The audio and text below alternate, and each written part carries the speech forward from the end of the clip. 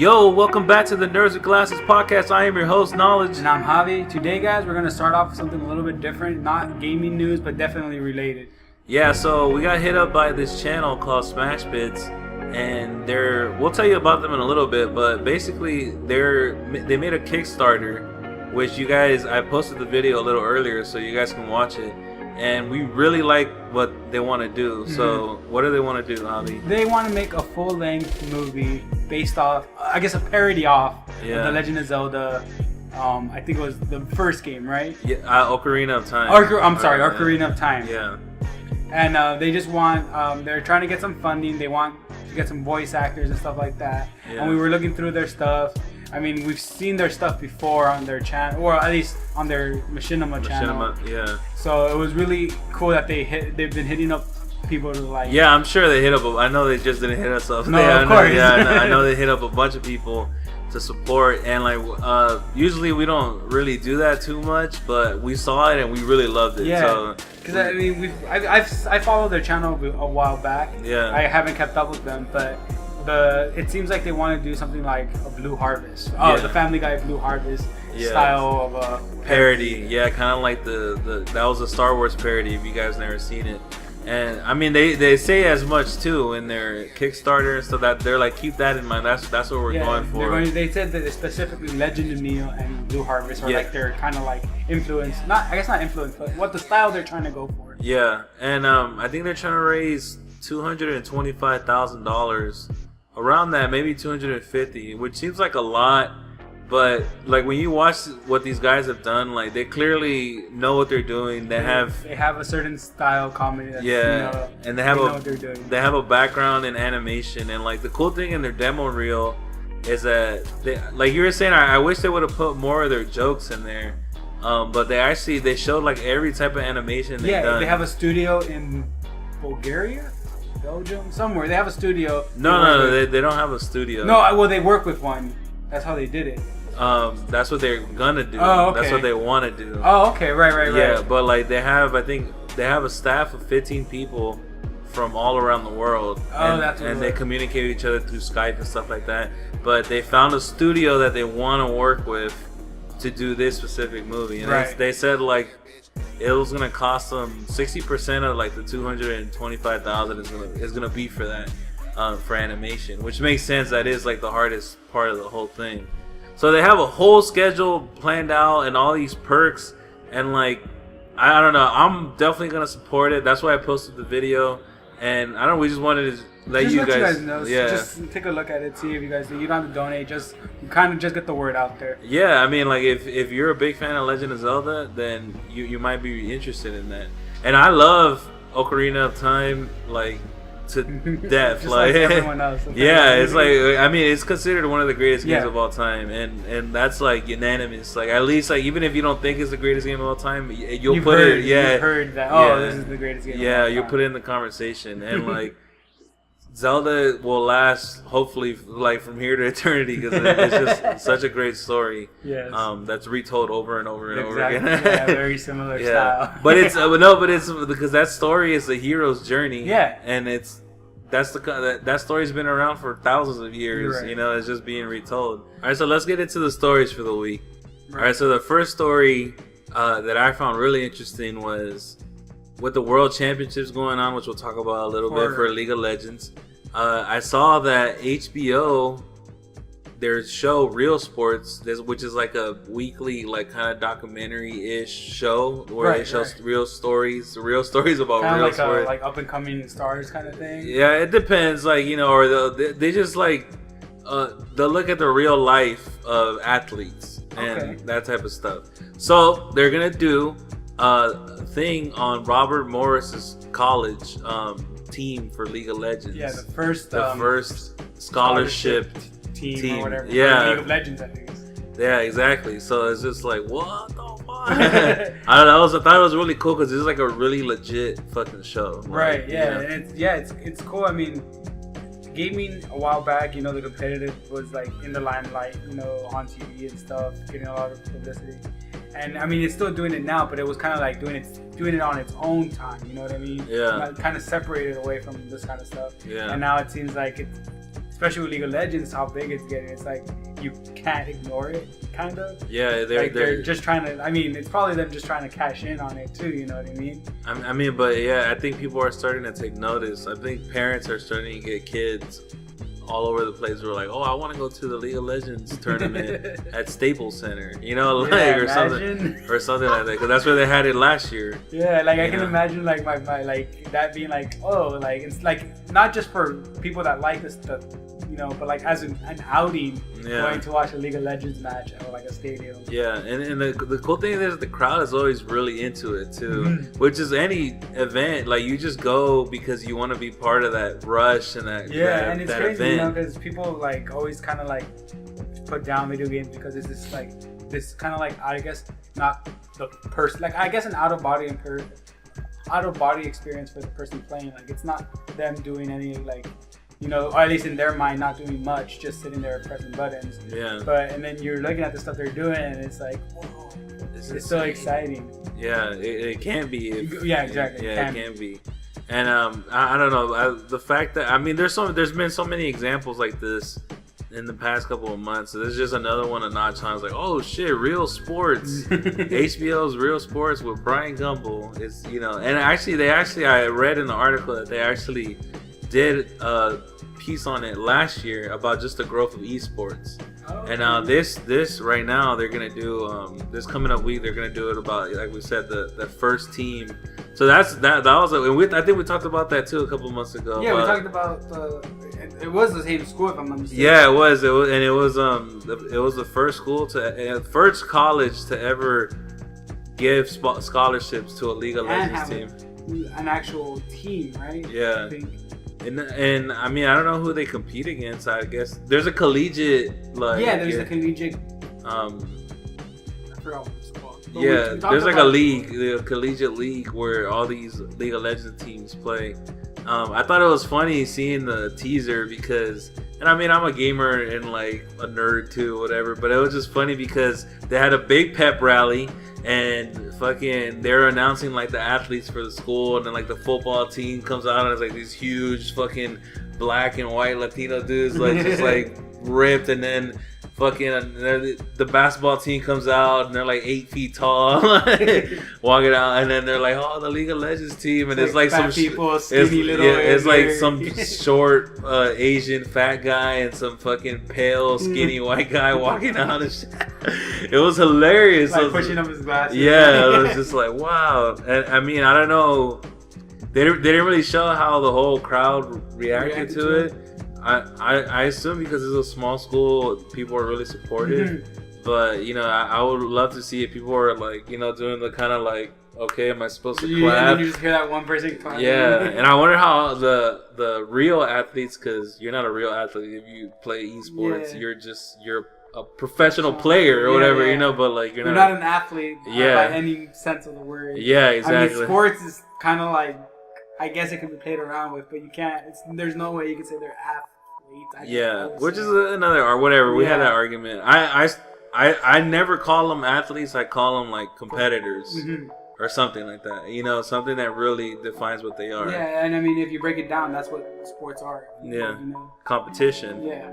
And even athletes, it's not even like, that's not even, it doesn't say it has to be a physical thing, but since people associate it with that, like they get so hurt. No, they're not athletes, they're nerds. Yeah, it's that whole thing that these people feel they worked hard to, you know, achieve this athletic title. Yeah. And they don't want to see it taken away by people that work hard in something else that they didn't work hard in. You know what I mean? Yeah. Or that's non-physical. That's basically what it is not physical. And that's what that's the biggest gap, you know?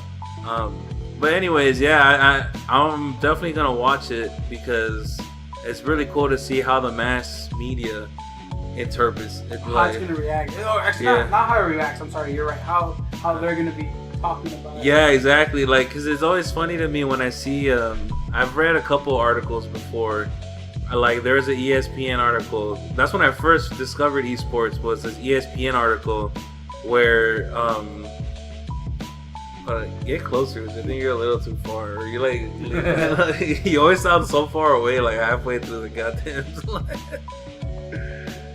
I read this ESPN article about Halo 2 and about the pro team final boss, right? Right. And but anyways, the point is, it was funny to read it. Like, I read it then, and I was like, okay, I didn't really play Halo too much then. I liked it, but I didn't really get into it until later. But anyways, he says like, oh, the point of Halo is two super cyborg soldiers shooting each other in a digital arena. You know, like, they try to say it in a way that like non-gamers understand it. Yeah. Like, you know, like the point of King of the Hill is to try to take the most time inside of, you know, it's just like where if it was for gamers, it'd be like, yeah, it's like Spartans and, you know, killing each other or whatever, you know, like, so. Yeah, but because they, you know, they're trying. You're right, because they're trying to make it this mass. They have to appeal to everyone that's going to be watching. Yeah, they have to make people understand what's going on. Yeah.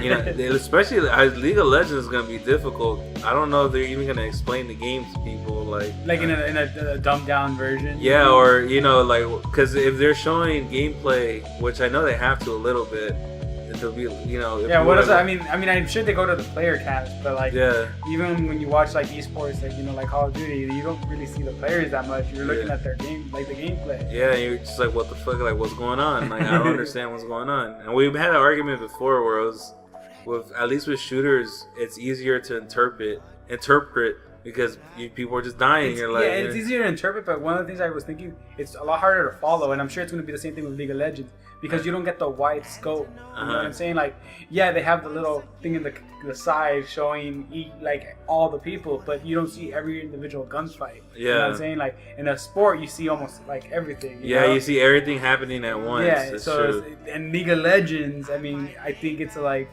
even more so, because there's different stuff going on everywhere, you know? Yeah. Similar to Call of Duty and whatever other, like all the other esports. But it's just going to be kind of weird them trying to explain one thing here while something else is happening on another part of a map. Yeah. Which I'm sure there's so many technical things for that game. Yeah, there is. Because I don't really get the game because I don't play it. I mean, I know if I would play it, I could figure it out. Yeah, but but we've never spent time playing the game. I remember people telling me like, yeah, you know, it has 3 lanes, and I'm just like, okay, is this like competitive maps have 3 lanes, like that's what they're supposed to, or is this like no, like they're like lanes, or you're like, what what lanes are you talking about? I'm like, okay, yeah, like that's what Call of Duty maps have and Halo maps. No. It's like, it's nothing like Call of Duty, bro. Like, you're an idiot. I was like, alright, whatever. Yeah, so it's gonna be cool to see that. So you guys should check it out. Should be coming in the weekend. This coming up weekend. So if you have HBO, you should check that out. I think it'd be interesting. Speaking of League of Legends, this weekend we have a couple of things to say. They had the World Championships, the World Championships. They just people were just calling it the Worlds. I guess maybe that's what it's called, or it's just like that's like the cool kid way to say well, I don't watch it enough to know, but I did. I mean, the prize money has been crazy for all these MOBAs. Yeah, I mean, Dota was the highest. They got like 10 million. Something, yeah, I think, and then because it was funded partly by people, but like, you know, but still $1 million. Yeah, so this tournament was won by a team, Samsung Galaxy White. Yeah, that's what their name was, which is like, wow, Samsung is smart. I know that. I remember because I have Samsung Galaxy Black, but yeah, I watched the match and that's the first thing I saw was Samsung. And I was like, God, these guys are fucking geniuses. like Apple's so unfortunate that they're based in America. It's a Korean team. Yeah. And so yeah, they won. It's $1 million that they won. I don't know how much was total grand, like, you know, the total amount of money, because even the Dota, I think 10 million was the total. So I think the winning team got 5 million. Yeah. I think it was something along those lines. So it's just crazy, like the scope of money they're getting now. Yeah, I think they always get, first place gets usually like 40%. So if it's $1 million, then they get 400,000. So 100,000 each, which is really good. And there's a bunch of tournaments that are like, they're high up there. Yeah, I'm sure that, I mean, these guys have no trouble. I mean, at least the top teams have no trouble with money. Yeah. From playing, like.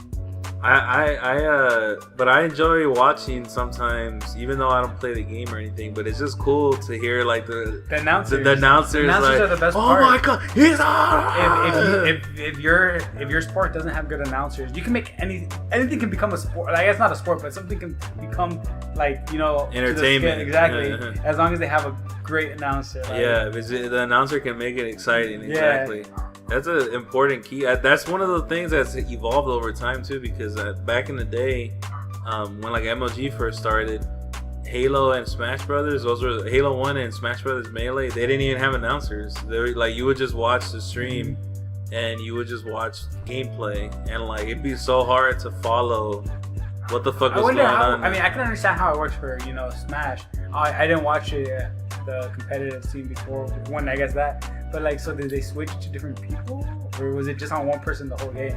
Well, back then they used to play split screen, like they used to have the like split screen. So like, or even if they were playing on separate Xboxes too, then they would also show all 4 people at once. Wow, that's horrible. Yeah, like that bothered. Like it's so hard to follow. I don't know who to watch or what the fuck's going on. Like, and I know the game. Like imagine somebody who like, doesn't know the game is just like, I don't understand this shit. But yeah, Samsung they're geniuses for doing this shit. This is like they're in there early. They're other companies will follow suit. Of course, you can argue that's not a good thing because it's gonna kind of commercial, I guess, corporationize the teams. Yeah, it's not like independent. But this has been. League of Legends and Dota and MOBAs in general have been like this for a while. Like they've been growing very fast, so it was only a matter of time before they got picked up. Yeah. And the big teams got taken up by these people. I mean, if games like MLG started getting the teams getting picked up by big corporations early on, I think it would. I don't know. I think they would all go to the big corporations. I mean, they would. I think even now, if a corporation was to go, to a team and try to get them, I just don't know if they want to risk it right now. I mean, because the thing is, it's still early on. All this esports stuff is in this baby stage. Like League of Legends, Call of Duty. And even the ones that came before, that are gone, they set the roots just to be born. It's still in the baby stage. So I'm sure if it does keep growing, that corporations will come in and the teams will flock to them because you probably get all these perks. Yeah, you get money. Free Samsung Galaxies. Because teams right now are getting sponsored, at least partially. I don't know, at least for Call of Duty, a full team that's been is completely just one company. Yeah, no, I mean most of them, the limits to the sponsorship right now for a Call of Duty team is you get your flight, your hotel, and the event paid for. And then on top of that, if you're a semi-big team, you'll get sponsorship from Scuff, and you'll get free controllers and free Astros. But that's about it, But for example, back when Halo 1 and 2, and when Halo 2 got really big, and it became one of those kind of like the .com era that just blew up and then fell back apart. It's just it blew up really fast. I remember Final Boss got sponsored by fucking Gilbert Arenas, who's a NBA player. Really? Yeah, and they were sponsored by Adidas because or whatever it was, Puma or some shit. Then they had all these Adidas suits and Gilbert Arenas, on top of paying for all their shit, he also, after they won the last tournament of the season, he offered them a free trip to anywhere in the world as a vacation for 2 weeks, and then they went to Hawaii for 2 weeks on his bill. That. I did not know about that. So crazy. So I'm sure if you're sponsored by Samsung, you get all the Galaxies you want, you get tablets, you get computers, and you probably get a free trip to LA. So you know what I mean. For the Korean team, I'm sure they get a bunch of perks because they can afford that. And it helps their brand. Something because I remember I told you as soon as I saw Samsung, I was like, oh, I love them even more now just for being smart enough to jump in so early. What has me wondering though is what's the limits to the growth? is it still gonna keep going up? I wonder what. Right now it seems like it's just on an infinite upswing, and it just feels like it's gonna end up being literally on ESPN, not on ESPN3, which is what it was. That was another thing. It was live streamed on ESPN3, which is not as big as of a deal as it sounds, because ESPN3 is just their live streaming thing. People thought it was like a channel. It's not a channel. It's just like their live streaming. It's like their Twitch channel. Yeah, whatever. So I don't know the numbers on it, but I remember we looked on Twitch yesterday, and there was like 600,000 people watching on Twitch, and then YouTube was live streaming it too, and they had like 200,000. Yeah, and I remember. I mean, just from last year, they had the championship last year had like 32 million total unique viewers. Yeah, not simultaneous or like, which I mean it's very hard for something like that. That'd be like you can that's how much a World Series get. That's a lot of people. But even now it probably rivals any like NBA game. Yeah, I'm waiting. Actually, I'm interested to see the numbers when Riot decides to release them. Yeah, because I really want to know how many people watch that. Yeah, and because it has me thinking, just like, is it on an infinite upswing? Obviously, it's not. Obviously, but it's one of those things like stuff that's going up never seems like it's going to come back down, but it's going to come back down. It's like the housing market. Whether it crashes and burns, or maybe it just like finds a little like plateau and stays there for a while. And that's what I'm hoping is going to happen, but I don't know. This is the problem when companies like Samsung go in. They'll take over. Instead of like teams like Optic or Fear or whatever, they take over all the teams, all these corporations, and then there's no more like grassroots teams that were built from. Yeah, and that's what I like. That's what the NWG teams seem like. They're kind of like grassroots. Even some of the higher up teams seem. Yeah, they're all dude. All of them like you think of just Optic. It was started by just Hex, who started the YouTube channel. You know what I mean? Yeah. Same thing with Phase. Yeah, like I was thinking more like, because Complexity seemed just like one of the, like, I'm sure they're grassroots. I don't know their origin, but they just seem like the one that wasn't grassroots to me. They were grassroots, but not to Call of Duty. But like they were definitely grassroots in Counter-Strike. That's okay.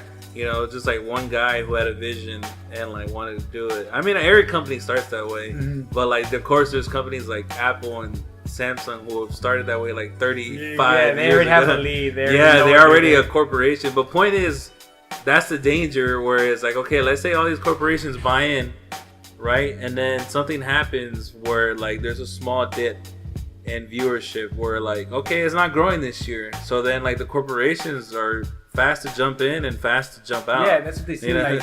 Yeah, these smaller teams or whatever you call them, they're in there for the long run. Yeah, exactly. And so if you start kicking out all these grassroots teams, I mean, because obviously all the big players are gonna go with them. Yeah, they're gonna go with the corporations. That's where the money's at. I mean, and that's what they need. Like that's what they're doing it for. Like if they weren't getting money, they wouldn't even be playing. Yeah. Like it's letting them play. Exactly. Yeah. That's the whole point, is that they want to make money. Of course, they're humans. They're fucking adults. Like, so yeah. I think that's the only danger I see, is if those corporations, too many corporations buy in, and if we just get like a one down year. Like one tournament, no one watches or something. Yeah, like they're out. That's it. They're out. Yeah, and that's another thing. Like it feels like just tournaments in general are going to be all just like because right now you could still kind of be an amateur and aspire to be a professional player. Yeah.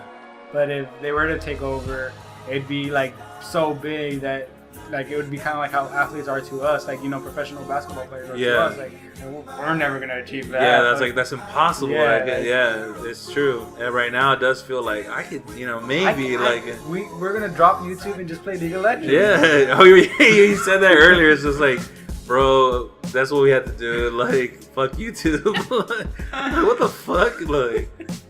I mean, I was just kidding. There's no way there's no way we would beat any of the Asian teams. No, you're not beating a Korean. Fuck that. Hell no. We can go 4-1 and then we'll still get destroyed.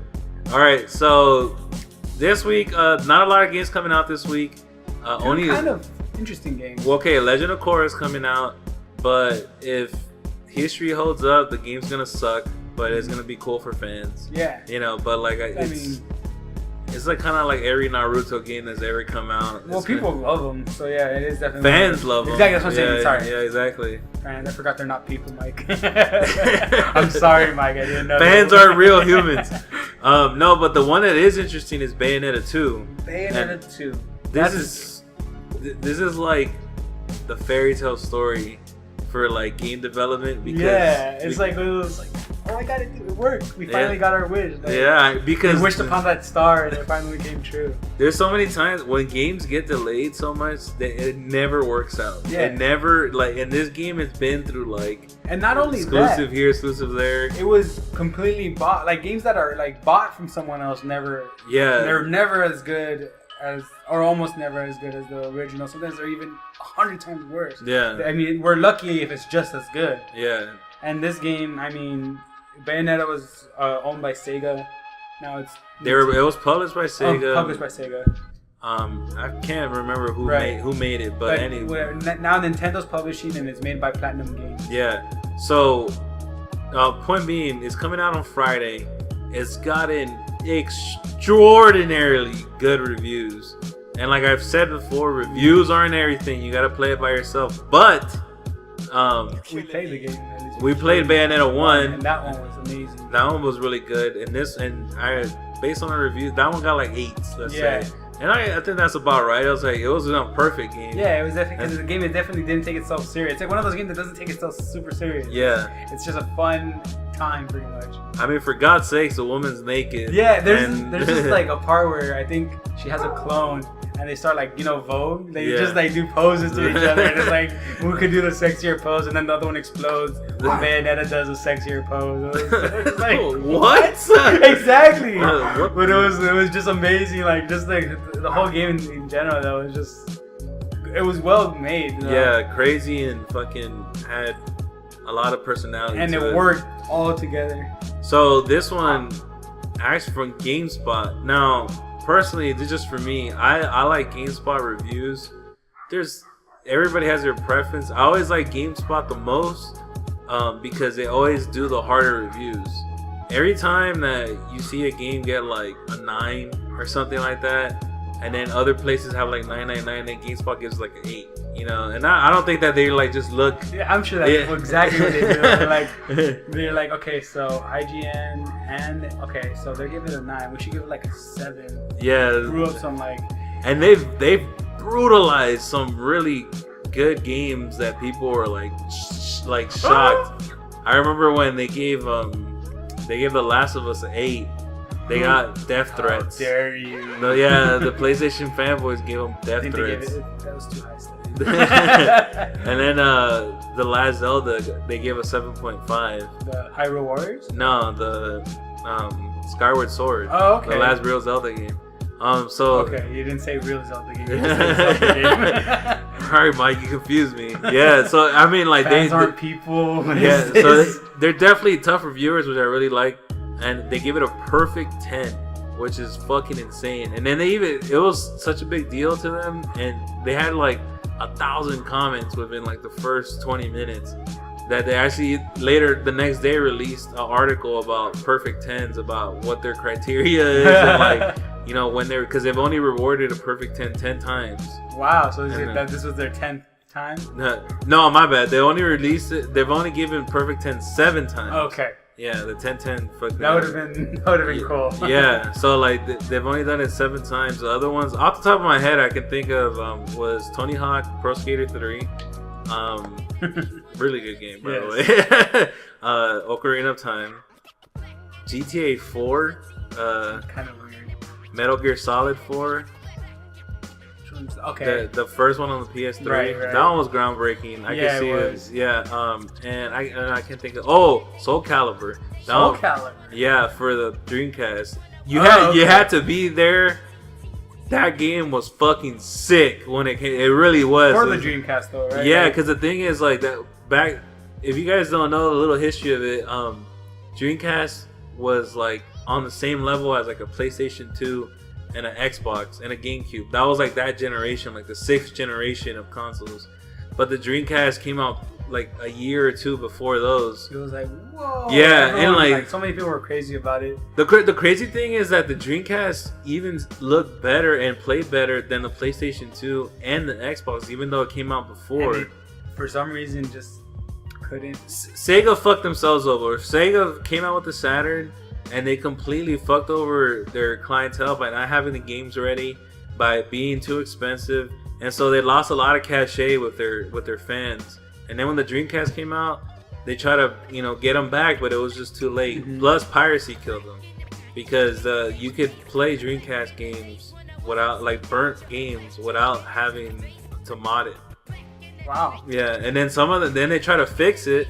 They try to fix the whole modding thing, but then people made a swap disc so that you still didn't have to you still didn't have to chip it. You just had to put like the unlock disc, and then you swap it with another disc. So I think piracy kind of killed them, but it was honestly, in my opinion, behind the GameCube. It was just behind the GameCube. In that generation. And then PlayStation 2. I mean, everybody says PlayStation 2 because everybody had one, but really, what games did you play on the PlayStation 2 that you couldn't have played on the Xbox? That's what I'm it was saying. Mostly their exclusives. What was it? Shadow? The Colossus was only them. Yeah, which is not a terribly popular game. Yeah, it wasn't terribly popular, but I'm just saying the Kingdom Hearts and I think the Final Fantasies. That's what they had. And God of War. And God of War, yes. But that was later on. Yeah, that was toward the end of it. Yeah. I mean, they had good games. No, yeah, of course. They had good games, but it was if you play GTA or if you play Tony Hawk or whatever, you could play the better version of that on the Dreamcast. The Dreamcast was honestly better. I don't know how we got here. You went off on a tangent about the Dreamcast. About Soul Calibur. Oh, Soul Calibur. So you had to be there. It was it felt just like the arcade. That's the thing about the Dreamcast too, that everyone that played in the arcade, old school, really good fighting game players, love the Dreamcast for that same reason. Yeah. But okay, Perfect 10. From GameSpot, those were the 7. That was the 7. Other ones I've heard of, I think one of the Super Mario Brothers. No. Oh, Super Mario Galaxy 2 got a perfect 10 on there. Good, yeah. Yeah, there was another game I remember got a big score, and then this isn't GameSpot, but Skyrim got a 10 somewhere in Japan, which was a huge deal for that too. Yeah, because they don't usually give them out to Western games. Yeah, I think it was probably Famitsu or some shit the Nintendo powered type thing. Oh no, I think it's Famitsu is a separate one. Yeah. But anyways, we're really excited to play the game because it's an action adventure game. It's kind of like a God of War, but it's supposed to God of War and Devil May Cry. Yeah, that's in that stream, but it's supposed to be just has all sick mechanics, really crisp and clear. And I don't know, I was honestly expecting the game to be not that good, and I still don't know because we need to play it. But a lot of people had gave it a high, everybody gave it a high score. Everybody gave it 9 point. I think IGN gave it a 9.6, and and GameSpot gave it a 10. So it has that that backing that it's probably gonna be good. Yeah. When a game gets universally good, especially even from just reviews, it's usually it'll be a very good game. Maybe not the best, maybe not a perfect 10, maybe not 9. Yeah, but it'll definitely be a good. Yeah, game. For sure you'll see okay, I can see why they give it a 10, or I can see why people like it a lot. Yeah, and it's also you have to take into consideration they don't grade every game the same. It depends on the genre of the game. Oh, I know. I mean, dude, that shit is people complain about that shit so much. Yeah, that's just wanted to let them know because if a game gets a 10 and another game doesn't, they're completely different games. But for some reason, why did that game get a 10 and this one got a 9? It's dude, they're separate genre. Not only that, the thing that always gets me is just they're different reviewers. Yeah, that too. Yeah, it's not. Yeah, so it's that doesn't represent GameSpot or IGN. It represents that one reviewer. If you're gonna get mad, get mad at the reviewer. Just don't read his reviews. Yeah, I liked who was it that does? It might be EGM, Electronic Gaming Monthly. They used to be a big magazine for, but also maybe what's the one that you get from GameStop? If you Game Informer. A lot of times they do a second opinion where it's not that long of an article. It's just a paragraph from a different reviewer, they'll give the number and a second opinion, and then I believe EGM used to have 4 reviewers. Not do like full reviews, but kind of semi reviews. So they would have one main one, and then no, they would have like 4, and each one of them would give them a score, and then they would average the scores. Oh, okay. You know, like that. I think that's obviously that takes more because you need more people to play it. That must be hard too. Can you imagine, like, especially if it comes out at the same time? Yeah. You know, because you have to be like, so I'm gonna be grading it this way. Like, what if they give it? Like, I'm just thinking, like, I would think, like, what if they give it so much higher? Like, what do I see? Yeah. Or what would they see that I didn't see? That would grade it, you know, differently. Yeah, that affects too. That I think you wouldn't talk to them. Yeah, you shouldn't talk to them about it because then it would influence your own opinion about it. But we'll see. We're gonna play. We're gonna have the game movie up, so you guys should check it out when it comes out. All right, the last stuff is a bunch of Master Chief hype, the hype machine. I can't wait. Bunch of stuff that they announced. Yeah, it was crazy. Like the news that they were giving out. Okay, so first we saw that they pushed. So it was gonna come out November 11th in the North America, and then a couple days later it was gonna be released internationally. Yeah, November 14th. But a lot of people complain about that. Everybody wanted to get it at the same time because the thing is, in America they release the games on Tuesdays. And everywhere else in the world, they release it on Fridays.